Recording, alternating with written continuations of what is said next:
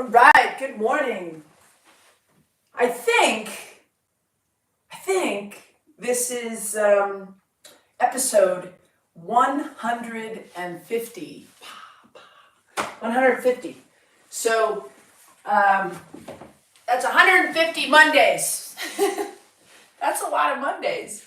So considering there's 52 weeks in a year, we're coming up on 3 years of Mobility Monday. So I just want to say massively thank you for showing up. I think for anybody that does anything where you want people to show up, you just always have to say thank you, and you have to just take a lot of satisfaction and in the knowledge that people appreciate what you're doing. So just know that Mobility Monday is like so important to me, and so are you, and I just really appreciate it. So let's just go through a quick body scan with the foam roller. As usual, we're going to start. I mean, there's a consistency to this journey, and I hope that you're doing mobility and foam rolling pretty much every morning. We wake up very dehydrated. The tissue is dehydrated. So when we say that we're dehydrated, the first thing that visually comes up for me is vulnerable tissue. Is tissue that is not glidey, and is tissue that is not bendy and cannot move. So as we get older, or as we train harder, because I train a lot of people in their 20s, your tissue becomes vulnerable. So we have to just really, it never goes away. This becomes a practice. Okay, so we've worked the lower leg just below the calf muscle. I want to work right up at the top of the calf and right below the knee. And we're going to take two thumbs and we're pushing down on the top of the calf. And we're pushing down on that patellar tendon just with the thumbs. So everything is just pushing down, kind of like make a crown around the bottom of the top of the calf for the lower leg. So you're just creating as much space through that medial collateral ligament, through that middle part of the knee, all of it. You're just using your thumbs. Push, push, push, push, push. Push it away. Good. And then just a little bit of heat. Okay, same thing other side. There's like a crown around the bottom of your knee, the top of your tibia. And we're just going to push, push, push, push it away. Good. It doesn't mean pushing away is what we're after. We're just trying to get the glide. So if you want to pull it up, you can pull it up too. Okay. Especially through the back of the calf. Just trying to create space through that middle part. Oh, my lotion's coming apart. Okay, good. Let's go right into lats this morning. Okay, we spent a little bit of time yesterday on hips. If you're in my training group, we had a pretty good session of mobility and a little bit of a lift yesterday. Good Sunday session. We're not going to do the hips. We're just going to foam roll the lats, and then we'll check the other side. Foam roll the lats, and you were just gliding the skin from the rib cage where the lat interacts with the rib cage. Just nice and easy. And good. All right, next one, we want to go into happy hips. We're going to go through this relatively quickly. So your feet are outside of your hips, so they're quite wide. And we're just going to drop the knees to the middle. Very gently. Just making sure we're restoring good movement after a weekend of hopefully good training and maybe a morning where you've already had a run. I have. It's kind of a run walk. Monday is just an easy day for me. Nice and easy. And good. All right.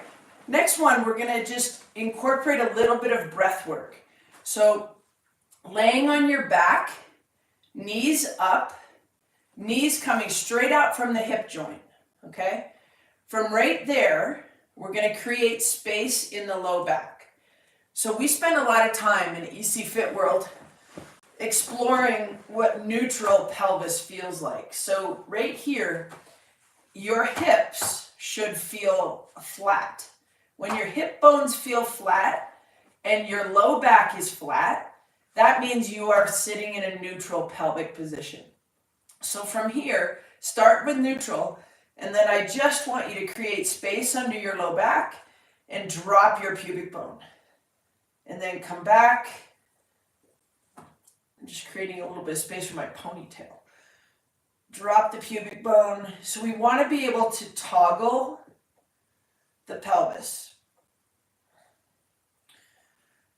Okay, good. Now, as you drop the pelvis and as you create space, I want you to take a big inhale. And then we're going to drop it as we exhale. So there's an inhale, and then there's an exhale. Inhale, create space. Exhale, lose a little bit of space. Inhale, create space. Exhale. Good. From right there, we're going to go right back to happy hips. When we create space like that, we're actually lengthening hip flexor.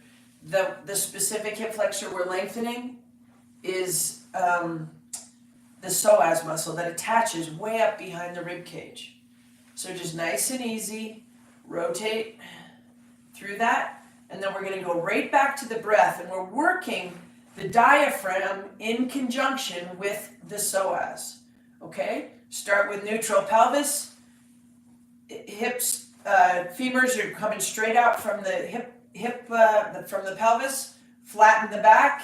Ready? Big inhale. Drop the pubic bone. Arch the back just a little bit. And then exhale. Inhale. Let the belly rise. Exhale. We're going to go 3 more. Inhale. And then exhale. Inhale. And then exhale. 1 more rep. Inhale. Create space. Belly rise. And to your side. Good. All right, let's take this right back to the foam roller. We're going to go right onto your butt, and we're having a seat on the foam roller. From right there, we're going to go left foot over right, and that's going to open up that left hip joint, and we're just gently going to work through the hip. So longest ride of the year so far for me outside yesterday. And it's always interesting because on Mondays, it's really reflective of what you do on the weekend. If you have an easier weekend, Mobility Monday, always still important, but the check-in is like, wow, that feels good, that feels good. I can tell that towards the end of my ride yesterday, heart rate starts coming up, intensity and wattage stays the same, but I can tell that my body's enduring a little bit more stress, and it could have been from dehydrated tissue. It's just lack of conditioning. And my strategy there, because I was riding with somebody, was just kind of keep up. He didn't crush me or anything, but I could tell that if I was on my own, I probably would have gone quite slow and just kind of held to heart rate. But because I didn't, I did a little bit more tissue damage, which in the big picture, I'm not worried about because that tissue, now that it broke a little bit, is going to get stronger. So what I'm finding as I work on this really deep part of my hip by opening up the hip joint is that there is a tightness deep in the hip, which will tell me that this series of events occurred yesterday, was that my glutes started to become fatigued.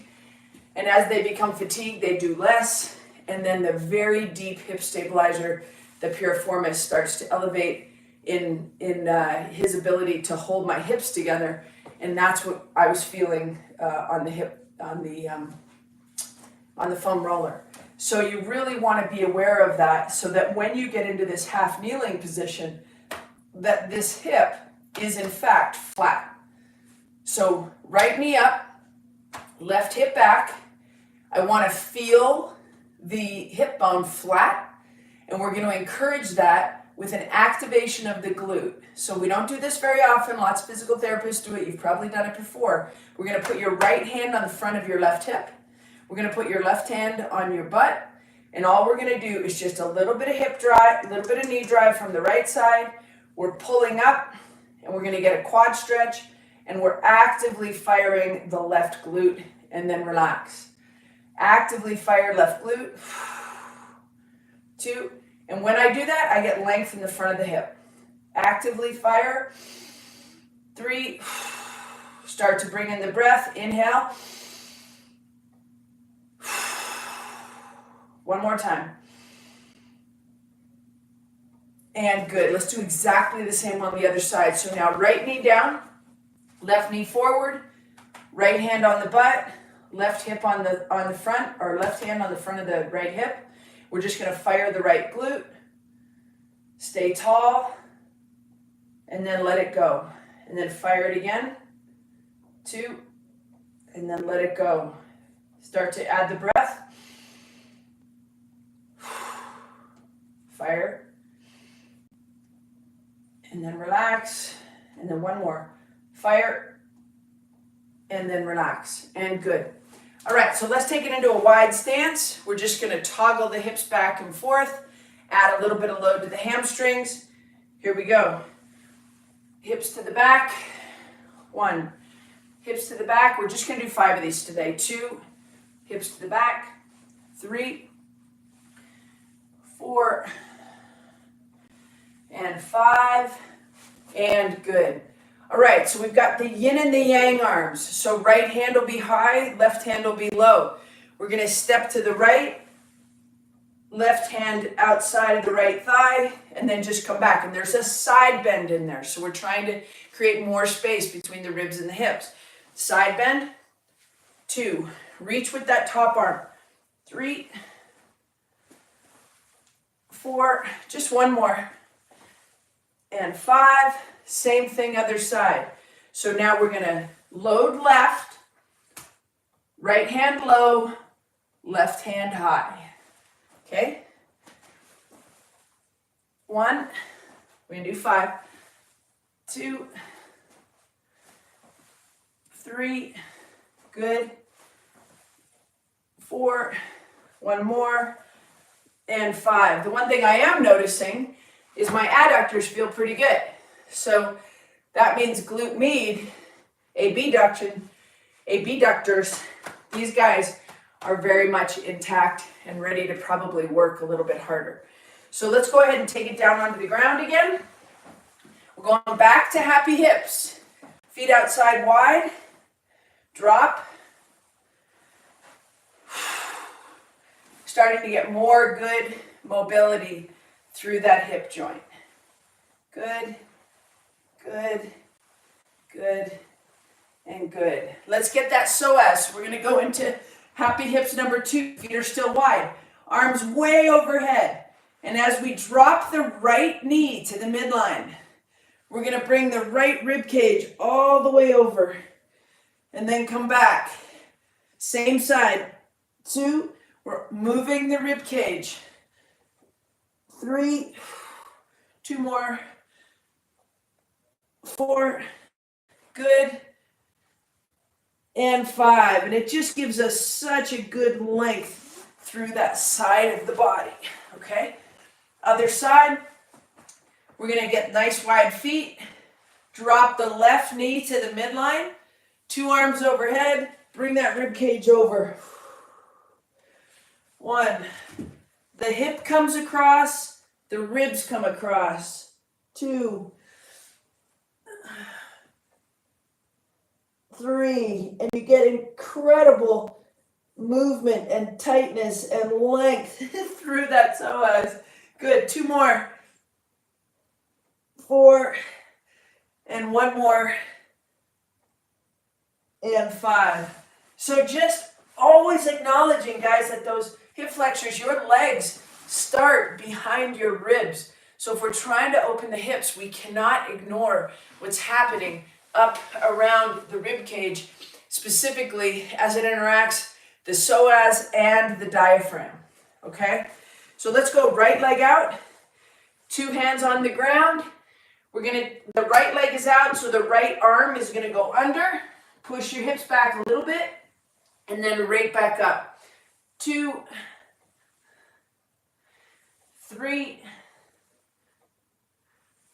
4, good, and 5, and good. All right, same thing other side. Left leg is out.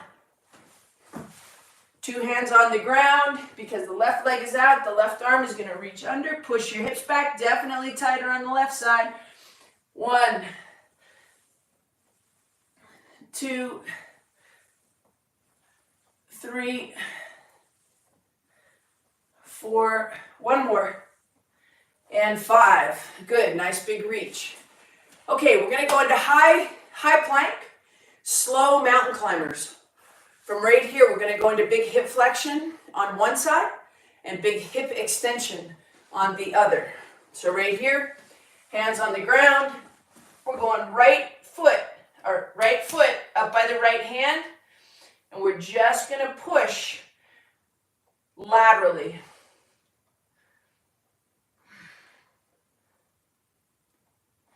And good.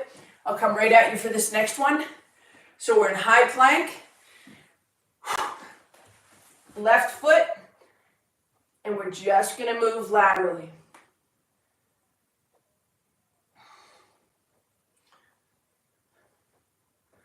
And good. Make sure when you're doing that your head stays chin into throat. Okay? One more time each side.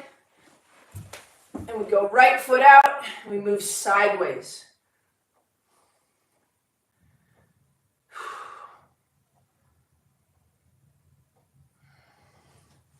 Good. Last one. Get into that nice high plank position, left foot out.